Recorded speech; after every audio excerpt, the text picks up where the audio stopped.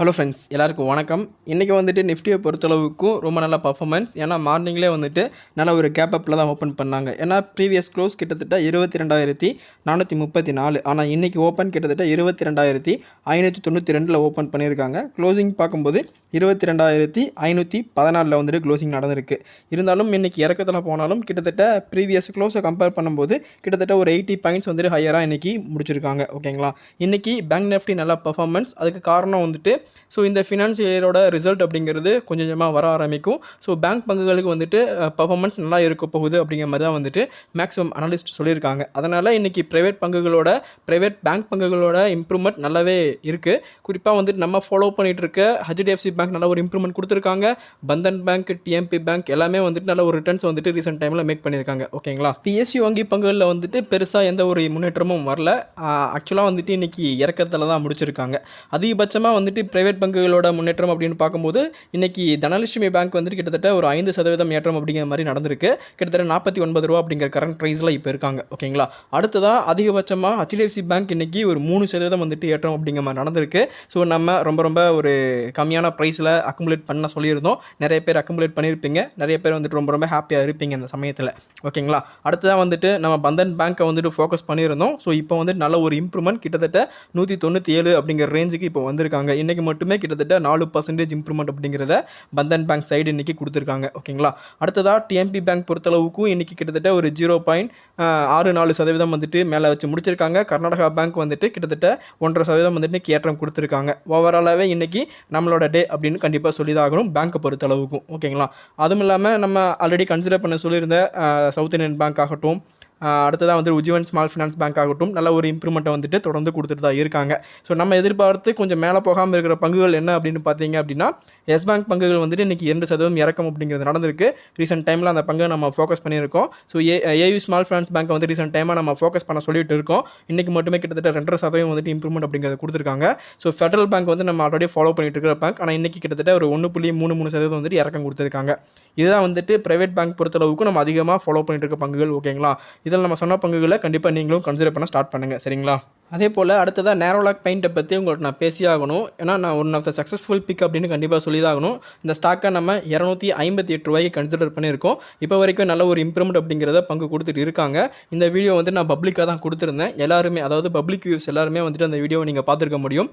Already வந்துட்டு நான் செப்பரேட்டாக மெம்பர்ஸுக்காகவும் வீடியோ போட்டிருக்கேன். பப்ளிக் வீடியோலேயும் இந்த மாதிரி சில பங்குகளை பற்றி சொல்லிட்டு தான் இருக்கேன். மேபி இந்த பங்குகளை நீங்கள் கன்சிடர் பண்ணியிருந்தீங்க அப்படின்னா இந்நேரம் நல்ல ஒரு ப்ராஃபிட்டில் இருந்திருக்க வாய்ப்புகள் ரொம்ப அதிகமாக இருக்குது. அது மட்டும் இல்லாமல் இன்றைக்கி ஐசிஐசி செக்யூரிட்டிஸும் வந்துட்டு நேரோலாக் பெயிண்ட்டுக்கு வந்துட்டு 290 ரூபா அப்படிங்கிற டார்கெட் ப்ரைஸை வந்து செட் பண்ணியிருக்காங்க. ஆல்மோஸ்ட் இன்றைக்கி வந்து நியூஸ் தான் இது. இருந்தாலும் வந்துட்டு கிட்டத்தட்ட இப்போது ஸ்டாக் 285 ரூபா அப்படிங்கிற ரேஞ்சில் இருக்காங்க. ஒரு 5 ரூபாய்க்காக வந்துட்டு இப்போ இவங்க ஒரு டார்கெட் ப்ரைஸ் செட் பண்ணியிருக்காங்க. ஆல்ரெடி வந்துட்டு நம்ம இப்போ இந்த ஸ்டாக்கில் எவ்வளோ ப்ராஃபிட்டில் இருக்கும் அப்படின்னு பார்த்தீங்கன்னா கிட்டத்தட்ட ஒரு 10% ப்ராஃபிட்டில் இருக்கும் இந்த ஸ்டாக்கில். ஆனாலும் வந்துட்டு இந்த பங்கு இன்னும் மேலே போகிறக்கான வாய்ப்புகள் ரொம்ப அதிகமாக இருக்குது. எனக்கு தெரிஞ்சு ரொம்ப சீக்கிரமாக 307 அந்த ரேஞ்சை கூட ரீச் பண்ணுவாங்க அப்படிங்கிறது. அதாவது கண்டிப்பாக 300 ரூபா அப்படிங்கிற ரேஞ்சை வந்துட்டு ரீச் பண்ணுறக்கான வாய்ப்புகள் இந்த பங்கை பொறுத்தளவுக்கு ரொம்ப அதிகமாக இருக்குது. கண்டிப்பாக வந்து அந்த லெவல் வரைக்கும் நீங்கள் கன்சிடர் பண்ண ட்ரை பண்ணுங்கள்.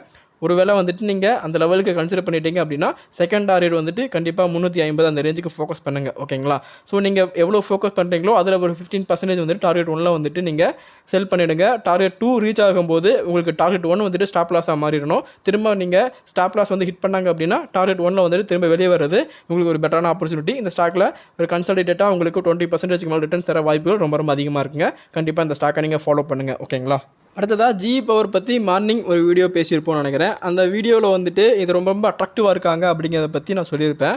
அது அந்த ஜெயபிரகாஷ் வெஞ்சர்லேருந்து அவங்களுக்கு கம்யூலிட்டிவாக 2 ஆர்டர் கிடச்சிருக்கு அப்படிங்கிறத பற்றி சொல்லும்போது தான் சொல்லியிருப்பேன். ஆனால் ஃபஸ்ட் டைம் இந்த ஸ்டாக்கை பற்றி நம்ம எப்போ பேசியிருப்போம் அப்படின்னு பார்த்தீங்கன்னா கிட்டத்தட்ட 215 to 230 இந்த ப்ரைஸ் இருக்கும்போது இந்த ஸ்டாக்கை பற்றி நம்ம டிஸ்கஸ் பண்ணியிருக்கோம். அப்போவே சொல்லியிருக்கோம் இந்த ஸ்டாக் ரொம்ப அட்ராக்டிவான வேல்யூ இருக்காங்க, கண்டிப்பாக நல்ல ஒரு இம்ப்ரூவ்மெண்ட் கொடுப்பாங்க அப்படிங்கிறத பற்றி சொல்லியிருக்கோம். ஆனால் நம்ம வந்துட்டு இந்த ஸ்டாக்கை கன்சிடர் பண்ணது 250 ரூபாய்க்கு தான் நான் இந்த ஸ்டாக்கை ஆக்சுவலாக பை பண்ணியிருக்கேன். ஒரு 10 குவான்டிட்டிஸ் மட்டும் தான் பை பண்ணியிருக்கேன். ஓகேங்களா? ஸோ நீங்கள் ஒருவேளை அந்த லெவலை கன்சிடர் பண்ணியிருந்தீங்க அப்படிங்கிற பட்சத்தில் வந்துட்டு இப்போதைக்கு நல்ல ஒரு இம்ப்ரூவ்மெண்ட்டில் இருந்திருக்க வாய்ப்புகள் இருக்குது. இருந்தாலும் இப்போ ஒரு நல்ல ஒரு லெவலாக அப்படின்னு பார்த்தீங்கன்னா கண்டிப்பாக இப்போவும் நல்ல ஒரு அட்ராக்டிவான வேல்யூ இருக்காங்க.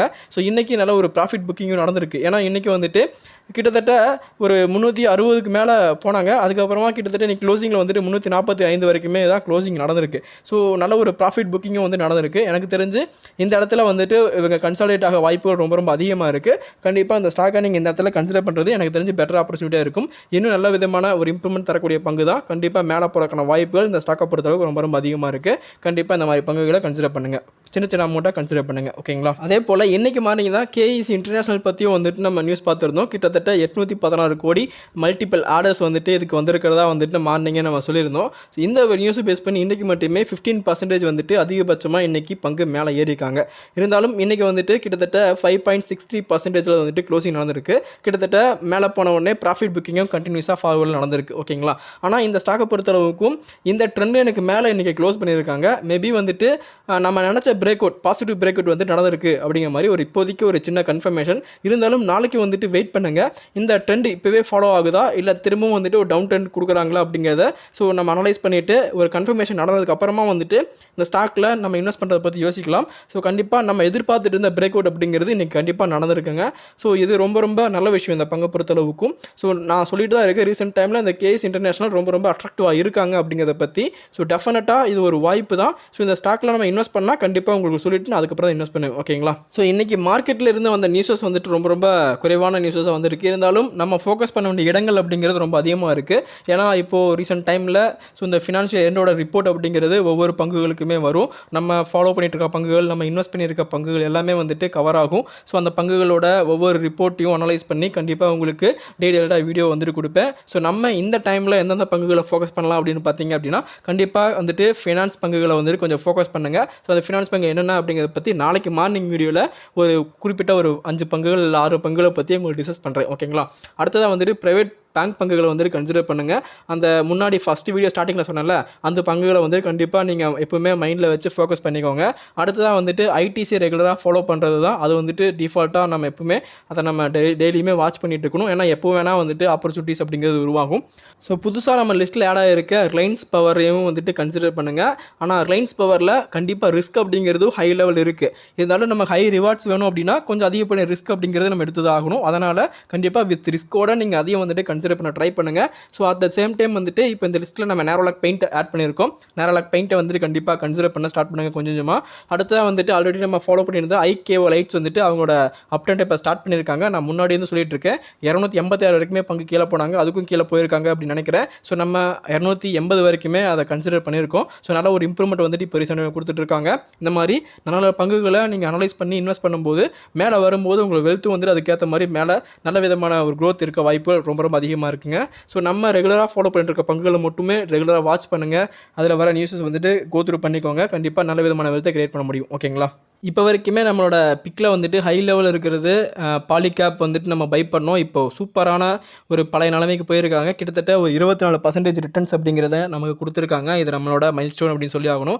அடுத்ததாக வந்துட்டு நம்ம ஃபாலோ பண்ணிட்டு இருக்க பஞ்சாப் நேஷனல் பேங்க் கிட்டத்தட்ட 135 ரூபா அங்கே ரேஞ்சை ரீச் பண்ணியிருக்காங்க. கிட்டத்தட்ட அதுலேயும் 30% ப்ராஃபிட் நம்ம இருக்கோம்.